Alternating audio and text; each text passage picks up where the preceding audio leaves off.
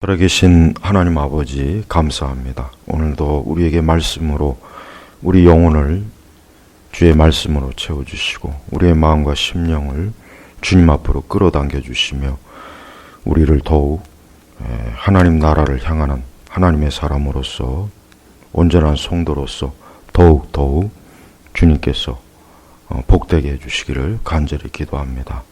이 시간도 주의 말씀을 통해서 우리를 하나님의 뜻과 능력과 영광 가운데 이끌어 주옵소서.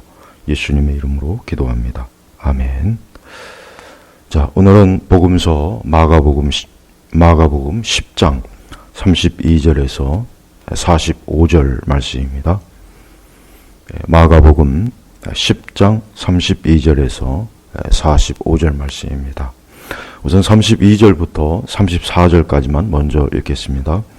그들이 예루살렘으로 올라가는 길에 예수께서 그들 앞에 가시는데 그분을 따르는 자들이 놀라워 두려워하였다. 예수께서 다시 12를 불러놓고 장차 자신에게 닥칠 일들을 그들에게 말씀하기 시작하였다. 보아라, 우리가 예루살렘으로 올라가는데 인자가 대제사장들과 서기관들에게 넘겨지고 그들이 그에게 사형을 선고하여 이방인들에게 넘겨줄 것이다. 그들이 그를 조롱하고 침뱉을 것이며 그를 채찍질하고 죽일 것이나 그가 3일 후에 부활할 것이다. 아멘. 예수님께서는 제자들과 지금 예루살렘으로 올라가는 그런 과정입니다.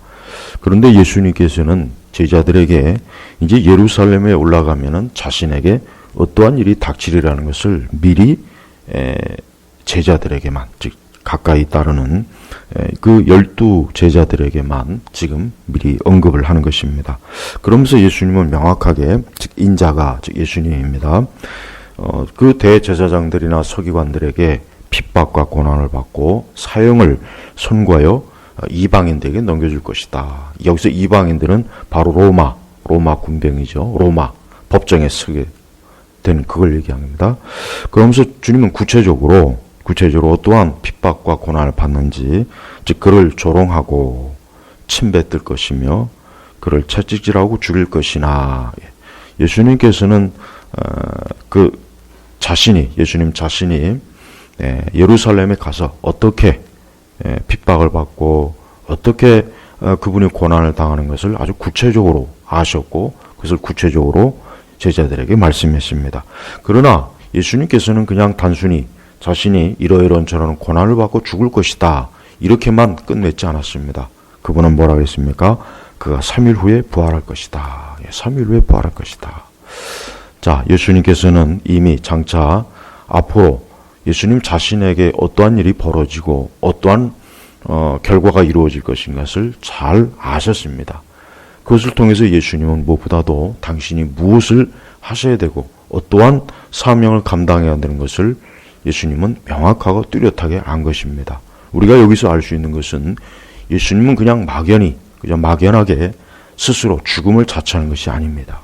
우리가 알아야 될 것은 우리의 신앙과 믿음, 또 우리가 믿는 이 복음과 우리 기독교는 그냥 사람이 만들거나 그저 사람이 고안해내거나 그저 사람이 이리저리 머리와 지식을 동원해서 만든 게 아닙니다. 이것은 벌써 이미 구약 성경에 선지자를 통해서 메시아, 인자가 고난받을 것을 이미 구약 성경에서 예언했고, 예수님이 오셨을 때 예수님 자신도 이미 벌써 당신 자신이 어떻게 죽음을 당하고 어떠한 고난을 당할 것을 예수님은 아셨다고 하는 것을 예수님 스스로가 증언하는 것입니다. 즉 예수님의 죽으심은 그저 막연한 어쩔 수 없는 또 어떻게 하다 보니까 하는 죽음이 아니라 이미 벌써 하나님께서 정하신 대로 예수님의 죽으심이 이루어진 것입니다. 그러면서 이제 35절부터 넘어가면 무슨 일이 발생했냐면 야고보와 요한이, 세베대 아들들인 야고보와 요한이 예수님에게 무엇을 구합니다. 그래서 무엇을 구하나 했더니 37절에 보니까 선생님의 영광 중에서 저희가 하나는 선생님 오른편에 하나는 왼쪽에 앉게 하소서. 자, 이 야고보와 요한은 예수님께서 분명히 그 앞에 벌써 예루살렘으로 올라가면 예수님께서 대제사장들과 서기관들에게 갖은 고난과 핍박을 받고 결국은 십자가에 죽으시고 그것을 이미 제자들에게 말씀했음에도 불구하고 야고보와 요한은 전혀 그 말에 귀를 기울이지 않은 거예요. 전혀 예수님이 하신 말씀을 귀를 기울이지 않고 오직 야, 이제 예수님이 예루살렘에 올라가면 왕이 되겠구나. 야, 왕이 되면 그동안 내가 예수님을 따라다닌 그 보람이 있구나. 야, 예수님에게 가서 한번 좀 청탁을 해볼까? 예루살렘에 올라가시면은 우리가 좀 예수님 좌우편에서 좀 큰 권세를 얻을 수 있는 자리를 얻게 해달라고 사실 그렇게 지금 구하는 것입니다. 자, 문제는 야고보와 요한만 그런 것이 아니에요. 야고보와 요한만 그런 게 아니라 41절에 보면은 열 제자가 듣고, 그러니까 야고보와 요한을 제외한 10 제자가 듣고서 분개하기 시작하였다. 분개하. 왜 그러느냐? 나머지 10 제자들도 이 야고보와 요한과 똑같은 생각을 가지고 있었던 겁니다. 똑같은 생각을 가지고 야, 이제 예수님이 예루살렘에 올라가면 영광을 얻겠구나. 권력을 가지겠구나. 예수님이 예루살렘에 올라가면 이스라엘이 왕이 되겠구나. 이제 예루살렘에 올라가면은 예수님께서 온 세상을 통치하는 엄청난 권력을 가진 분이 되겠구나. 야, 그러면 이제 우리에게도 이제는 그 예수님 곁에서 엄청난 권력을 누릴 수 있겠구나. 그런 생각들을 다 했다는 것이 여기서 드러난 것입니다. 자, 여러분, 우리가 여기서 알 수 있는 것은 예수님을 그렇게 가까이 모시고 친히 예수님으로부터 고난의 말씀을 듣고 십자가의 말씀을 듣고 예수님께로부터 그토록 많은 말씀을 듣고 배웠지만서도 제자들은 여전히 예수님은 왜 이 땅에 오셨는지, 예수님의 궁극적인 사명이 무엇인지를 제자들은 깨닫지 못한 것입니다. 예수님의 궁극적인 사명이 뭡니까? 그것은 바로 45절에 나옵니다. 인자는 섬김을 받으러 온 것이 아니라 섬기러 왔고 자기 목숨을 많은 이들을 위하여 대속물로 주기 위하여 왔다. 예수님께서 이 땅에 오신 궁극적인 목적이 바로 오늘 45절의 말씀, 자기 목숨을 많은 이들을 위한 대속물로 주기 위하여 왔다. 여기서 많은 이들 속에는 우리 자신이 포함됩니다. 여기서 예수님께서 많은 이들을 위한 대속물이 뭐겠습니까? 우리가 구약의 제사를 보면은 제사 지낼 때 이스라엘 백성들은 자기의 죄를 대속하는 양이나 비둘기나 소를 바쳐야 됐습니다. 그 제물이 대신 그 제단 위에서 갈라지고 피 뿌려지고 그 제물이 탐으로 이스라엘의 죄가 사해지는 것이, 그게 바로 대속의 원리입니다. 바로 그렇습니다. 예수님은 바로 대속물입니다. 대속물. 예수님은 우리 자신의 죄로 인해서 그분이 핍박을 받고 고난을 받고 피 흘리시고, 아까 예수님 스스로 말씀하셨죠? 조롱하고 침뱉을 것이며 그를 채찍질하고 죽일 것이나, 바로 예수님 자신이 이러한 대속물로 이 땅에 오신 것입니다. 기독교 신앙이 뭡니까? 기독교 신앙을 뭐라고 생각합니까? 기독교 신앙이 예수님을 믿어서 내가 잘 살고 또 잘 먹고 또 내가 영화를 누리고 또 예수님을 통해서 그냥 예수님을 믿는다는 그 하나만 가지고 마음 편히 아무 생각 없이 사는 것, 그게 기독교는 아닙니다. 기독교는 뭡니까? 대속의 종교입니다. 즉 대속물. 예수님께서 친히 하나님의 아들 예수님께서 나를 대신해서 조롱받고 침뱉음을 받고 채찍질 맞고 그리고 결국은 죽음에 이르렀다는 것. 이게 기독교의 핵심입니다. 이게 기독교입니다. 우리는 기독교에 대해서 굉장히 오해하고 잘못 알고 있습니다.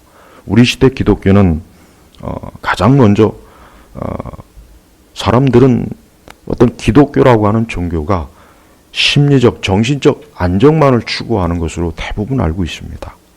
그래서 사람들은 교회에 와서 예배를 드리고 기도할 때도 자기의 어떤 마음이나 감정이나 정신적인 평안을 먼저 원하지, 하나님의 아들 예수 그리스도께서 나 같은 죄인을 위해서 십자가에 죽으셨다 하는 이 믿음이 확고하지 못합니다. 예를 들면 교회를 오래 다닙니다. 신앙생활도 오래 했습니다. 그러나 여전히 그리스도의 대속에 대해서 아직도 믿지 않거나 잘 이해하지 못하거나 그걸 아직 심령으로 깨닫지 못한 분들이 사실 굉장히 많습니다. 성도 여러분, 제자들도 마찬가지였습니다. 제자들도 예수님께로부터 직접적으로 예수님이 대속물이 되어야 된다는 것을 들었으면서도 저들은 어땠습니까? 어떻게 하면 예수님을 따라다니면서 권력을 얻을까, 영광을 얻을까, 세상을 얻을까, 자리를 얻을까, 지위를 얻을까, 뭔가 거기에 굉장히 아주 몰두했습니다. 다른 걸 생각하지 않았습니다. 그래서 예수님께서 제자들을 불러놓고 그렇게 하는 거예요. 42절에 보니까 너희가 아는 대로 민족들을 다스린다고 자처하는 자들은 그들을 주관하고 그들의 고관들은 그들에게 권세를 부리나 그렇습니다. 제자들이 생각하고 있었던 것은 바로 이 세상 사람들, 인간의 본성적으로 원하는 권력과 권세를 누리고자 하는 그것이었습니다. 하지만 예수님이 뭐라 그랬습니까? 누구든지 너희 가운데서 큰 자가 되기 원하는 자는 너희를 섬기는 자가 되어야 하고 누구든지 너희 가운데 첫째 되기 원하는 자는 모든 사람의 종이 되어야 된다. 기독교의 원리는 바로 이것입니다. 예수 그리스도, 사실 그분을 섬기는 것입니다. 예수님 자신은 우리를 섬겼고 예수님 자신이 우리를 섬겼다는 것 자체를 우리는 어떤 도덕이나 윤리적인 관점으로 받아들면 안 됩니다. 일반적인 제자와 스승의 관점으로 보면 안 됩니다. 오늘 시대에 이 섬김이라는 것을 너무 오해를 많이 해요. 마치 우리 시대의 섬김이라고 하는 것이 남의 발을 씻어주고 그냥 다른 사람에게 좋은 일을 해주고 그에게 봉사해주고 이걸 섬김이라고 여기는 것 같아요. 교회에서도. 물론 섬김의 원리 중에 그게 들어갑니다. 예, 그렇죠. 우리는 성도 간에 서로 사랑하고 이해하고 용서하고 친절하고 자비를 베풀고 긍휼을 베풀고 예, 그게 섬김이 굉장히 중요한 요소입니다. 그러나 그것은 두 번째고 첫 번째는 우리는 예수님을 섬기는 것입니다. 왜? 예수님께서 나를 대신해서 죽으셨어요. 피 흘렸습니다. 그분이 나 대신 욕을 먹었습니다. 그분이 나 대신 누명을 씌웠습니다. 그분이 나 대신 십자가에 죽으셨습니다. 그분이 나 대신 그 가시관을 쓰셨습니다. 자, 우리는 먼저 예수님을 섬겨야 되는 것입니다. 참된 성도는 예수님을 먼저 섬기는 것이 자신의 신앙에 가장 중요하다는 것을 알아야 됩니다. 우리는 그리스도를 섬기는 것이 쉽지 않다는 걸 어느 정도 압니다. 예수님을 섬기려면 자기를 부인해야죠. 고난도 받아야 되죠. 핍박도 받아야 되죠. 예수님을 섬기려면 정말 우리가 살아가는 일상의 많은 삶 속에서 정말 많은 것들을 자기 부인을 하고 고난, 환난, 핍박, 우리의 신앙 때문에 갖은 수모를 겪고 어려움도 겪어야 됩니다. 그러나 그것이 바로 그리스도를 섬기는 가장 중요한 요소입니다. 왜? 예수님께서는 우리가 아무리 예수님을 잘 섬긴다 해도 우리는 예수님이 우리를 위해서 해주신 거에 미치지 못합니다.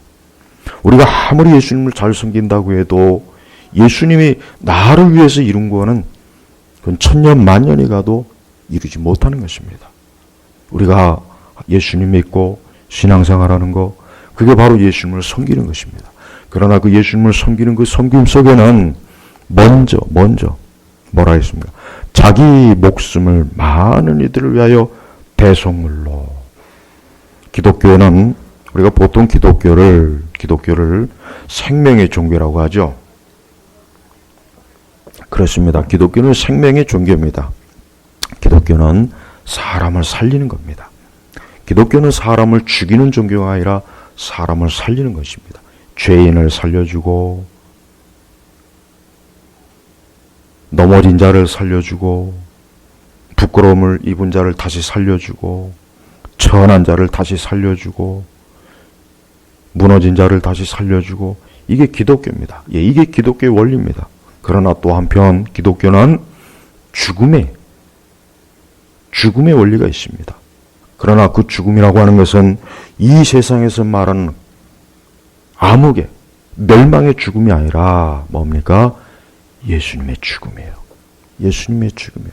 성도 여러분, 예수님의 죽으심에 대해서 한번 곰곰이 깊이 생각해 보십시오. 제가 몇 주 전에도 금요일날 그리스도의 죽음에 대해서 말씀을 증거했습니다. 그리스도의 죽으심은 우리의 죽음과는 다릅니다. 그분의 죽으심은 대속의 죽음입니다. 희생의 죽음입니다. 내 죄를 씻기 위한 죽음입니다. 내 죄를 도말해서 더 이상 내가 죄로 인해서 멸망받고 저주받고 죄로 인해서 지옥 형벌을 받지 않게 하는 죽으심입니다. 예수님께서 죽으시지 않았다면, 예수님께서 십자가에 죽으시지 않았다면 그러면 생명이 없습니다. 죄진 자는 그냥 죽어야 됩니다. 넘어진 자는 그냥 넘어져야 됩니다. 무너진 자는 그냥 무너져야 됩니다. 부끄러움을 당한 자는 그냥 부끄러움을 당해야 될 것입니다. 욕을 먹는 자는 그냥 욕을 먹어야 됩니다. 악한 자는 그냥 계속 악인으로 남을 것입니다. 그러나 그리스도의 죽음을 통해서 그 모든 것들이 뭡니까? 생명으로, 소망으로, 사랑으로, 은혜로 바뀐 것입니다. 예수님께서 비록 자신의 고난과 고통에 대해서 말씀하셨지만, 그러나 예수님이 하신 말씀 중에 굉장히 중요한 말씀이 있습니다. 뭡니까? 그가 3일 후에 부활할 것이다. 부활할 것이다. 저는 이 말씀이 가장 귀하고 놀라워요. 만약에 예수님께서 내가 예루살렘에 올라가서 조롱받고 핍박받고 욕먹고 십자가에 달려 죽을 것이다, 그렇게만 끝냈다면 그것으로 끝이에요. 그냥 끝이에요. 끝입니다. 우리도 끝나는 거예요. 우리도 우리 죄 가운데 죽어야 돼요. 우리도 죄 가운데 멸망합니다. 아무 어떤 소망이 없어요. 그러나 부활할 것이다. 부활할 것이다. 부활할 것이다. 예수님의 대속은 대속으로 끝나는 것이 아니라 뭡니까? 부활할 것이다. 부활할 것이다. 우리에게 이 부활 신학이라는 게 참 중요하죠. 여러분, 부활, 우리 기독교의 핵심이 부활이지 않습니까? 이 복음의 핵심이 또 부활이죠. 부활입니다. 부활이 뭡니까? 다시 사는 겁니다. 다시 사는 겁니다. 그래서 이 부활은 놀라운 거예요. 그래서 우리 기독교의 모든 절기 중에 이 부활절이 가장 영광스럽죠. 그렇습니다. 다시 사는 겁니다. 죄인을 다시 살리시고, 멸망할 자를 다시 살리고, 저주와 형벌받을 자를 다시 살리고, 죽은 자를 다시 살리고, 예수님의 이 공생의 사역 전체를 보면은 계속해서 부활이 계속 나타나요. 부활이 나타납니다. 온갖 귀신 들린 자도 예수님을 통해서 다시 새로워졌죠. 수많은 질병도 떠나갔죠. 심지어 죽은 자도 예수님께서 살려주었죠. 나사로처럼. 보십시오. 예수님의 공생의 전체는 이 부활을 계속 증거해요. 부활을 계속 부활해요. 그래서 기독교는 부활의 종교라고 하는 말이 가장 어울려요. 기독교는 부활의 종교입니다. 물론 세상을 이해를 못해요. 세상은 부활이 뭔지 아예 이해를 못합니다. 그들이 그리스도를 알기 전에는 부활을 모를 겁니다. 그러나 참된 성도와 교회는 이 부활이야말로 우리 자신이 유일하게 매달릴 수 있는 궁극적인 소망이에요. 부활이 없다면 바울이 뭐라 했습니까? 우리 믿음도 소용없고, 부활이 없다면 우리의 이 모든 게 아무 의미가 없는 거예요. 교회도 의미 없고, 성경도 의미 없고, 기독교 신앙의 어떤 것도 다 의미가 없다 그랬어요. 그만큼 이 부활은 놀라운 거예요. 우리에게 부활에 참된 소망이 있습니까? 여러분이 이 다음에 장차 언젠가는 이 세상을 떠날 겁니다. 언젠가는 죽음이 여러분의 문을 두드릴 겁니다. 빨리 가자. 이제 이 세상을 떠나자. 이제 곧 세상을 마칠 때가 됐다. 그때 여러분은 어떻게 하실 겁니까? 그때 부활의 신앙 있는 사람은 기꺼이 내가 이제 영광으로 들어가는구나. 내가 이제 천국으로 들어가는구나. 내가 영생으로 들어가는구나 하고 기꺼이 그 영광의 문으로 들어갈 겁니다. 그러나 부활의 신앙이 없는 사람은 그 죽음이 문 앞에서 문을 두드릴 때 공포와 절망과 저주와 사망이 이미 벌써 그를 점령해서 그런 캄캄한 어두운 지옥으로 딸려갈 겁니다. 성도 여러분, 우리가 이 세상을 산다는 게 뭡니까? 이 세상을 산다는 게 뭡니까? 우리 성도들은 이 세상을 산다는 것을 정말 잘 이해해야 됩니다. 우리가 이 세상을 그저 매일 무언가 먹고 마시고 일하고 잠을 자고, 그게 삶입니다. 그러나 삶이라고 하는 것은 그러한 것보다 더 큰 의미가 있습니다. 뭡니까? 궁극적으로 우리는 결국은 우리의 인생에 언젠가는 맞춰질 겁니다. 언젠가는 우리의 발걸음이 멈춰질 것입니다. 언젠가는 우리가 숨을 멈출 것입니다. 언젠가는 우리의 모든 하는 일도 중단이 될 것입니다. 언젠가는 우리의 모든 존재가 사라질 것입니다. 삶은 결국 끝이 있는 것입니다. 그 끝에서 주님을 만나는 사람과 그 끝에서 영원한 형벌을 받는 사람, 이게 바로 인생입니다. 이게 바로 중요한 인생입니다. 지금도 우리는 거기로 가고 있습니다. 이 세상의 모든 사람들이 거기로 가고 있습니다. 결국 거기가 종점입니다. 근데 우리는 그 끝을 제대로 보지 못합니다. 그 끝을 제대로 보지 못하고 알지 못하고 제대로 의식하지 못하고 그냥 이 세상에서 벌어지는 일에 우리는 거기에 모든 마음과 생각을 다 집중합니다. 하지만 그래도 결국은 우리는 누구나 다 인생의 끝이 옵니다. 그때 부활이 없는 사람이 어떻게 되겠습니까? 부활 생명이 없는 사람은 어떻게 되겠습니까? 예수 그리스도의 대속으로 인하여서 부활의 생명을 얻지 못한 사람은 어떻게 되겠습니까? 이 땅에서 아무리 열심히 살아도, 아무리 돈을 많이 벌어도, 많은 사람들에게 인기를 얻고 박수를 받아도, 아무리 자기가 원하는 것을 다 성취해서 모든 것들을 다 이뤘다 해도 역시 그도 부활의 신앙이 없다면 그는 망하는 것입니다. 또 반대편으로 그래요. 인생을 실패했다고 쳐요. 돈도 못 벌고 가진 것도 없고 하는 일도 안 되고 자기의 인생이 파멸되고 무너졌다고 쳐요. 그러나 그에게 부활신앙이 있다면 그가 진짜 행복한 사람이고 그가 진짜 인생을 제대로 산 것입니다. 우리가 사는 세상을 보십시오. 이 세상은 그리스도를 모릅니다. 부활을 모릅니다. 심판을 모릅니다. 예수님의 대속도 모릅니다. 그걸 모르면서도 열심히 기뻐합니다. 잘 삽니다. 잘 먹습니다. 자신의 인생을 성취합니다. 자신의 인생이 뭔가 하여튼 대단한 인생으로 만들려 부지런히 노력합니다. 그러나 그 끝은 허무한 것입니다. 저는 오늘 예수님께서 비록 당신 자신에 대해서 굉장히 겉보기에는 핍박받고 고난받고 침뱉음받고 조롱받고 책짓을 받을 거라고 말씀하셨지만 그러나 부활할 것이다라는 이 말씀이야말로 가장 영광스럽고 귀한 말씀입니다. 우리에게 부활이 있다는 게 얼마나 큰 최고의 기쁨이 아니겠습니까? 바로 이 부활을 가지고 우리가 살아가는 것입니다. 또한 여러분, 주님을 잘 섬기십시오. 주님을 잘 섬기십시오. 먼저 예수님을 잘 섬기십시오. 예수님을 잘 섬겨야 내 이웃도 잘 섬기는 것이고 다른 사람도 잘 섬기는 것입니다. 오늘 우리 시대는 예수님은 잘 섬기지 못해요. 주님은 잘 섬기지 못해요. 주님의 몸된 교회는 잘 섬기지 못해요. 그러면서 세상을 섬겨라, 사람을 섬겨라, 이웃을 섬겨라 그런 말은 많이 해요. 하지만 먼저 예수님을 잘 섬기십시오. 예수님이 어떠한 분입니까? 예수님이 어떠한 분입니까? 내 죄를 위해서 죽으신 분입니다. 내 죄 때문에 침뱉음 받고 갈대로 머리를 매를 맞고 로마의 그 군병의 그 날카로운 창에 옆구리가 찔리고 수많은 사람들이 예수님을 향하여 조롱하고 비웃고 욕하고 희롱하고 그게 바로 예수님께서 나를 위해서 하시는 일입니다. 우리의 죄 때문에 예수님이 그렇게 하신 것입니다. 그래서 우리는 예수님을 잘 섬겨야 되는 것입니다.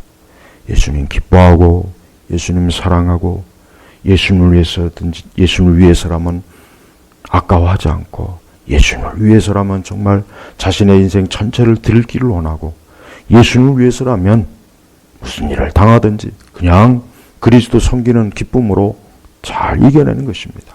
그게 바로 그리스도를 섬기는 성도의 진정한 성도의 모습입니다. 여러분 지금 시대는 보십시오. 지금 시대는 교회나 우리 믿는다고 하는 사람들이나 주님을 잘 섬기지 못해요. 주님을 잘 섬기지 못합니다. 그리스도의 마음, 그리스도의 뜻, 그리스도의 영광, 그리스도의 고난, 그리스도의 은혜, 그리스도께서 우리를 예비하신 모든 이 영광스러운 것들에 대해서 우리는 별로 관심이 없는 시대입니다. 그 대신 이 세상과 사람과 이 세대와 인간의 영광을 얼마나 많이 추구합니까? 오늘 말씀을 이제 들으시고 나는 과연 그리스도의 고난을 깊이 알고 있는가? 부활의 영광을 알고 있는가? 무엇보다도 나는 예수 그리스도를 진정으로 섬기고 있는가? 저는 우리를 이 말씀을 통해서 이 메시지를 우리 성도분들에게 주기를, 이 메시지를 마음의 심령에 깊이 새기기를 주의 이름으로 축복합니다. 기도하겠습니다. 하나님 아버지 감사합니다. 오늘도 주의 말씀, 우리 예수 그리스도의 그 공생의 한 사역의 그 말씀을 살펴보았습니다. 주여, 우리가 더욱 예수 그리스도를 사랑하고 예수 그리스도와 함께하는 그러한 인생과 삶이 되도록, 또 우리의 마지막 인생의 종착점도 예수 그리스도의 부활의 그 영광 속에 함께 참여하는 은혜를 베푸소서. 그리스도를 온전히 섬기고 사랑하는 우리 온 성도들이 되게 하옵소서. 예수님의 이름으로 기도합니다. 아멘.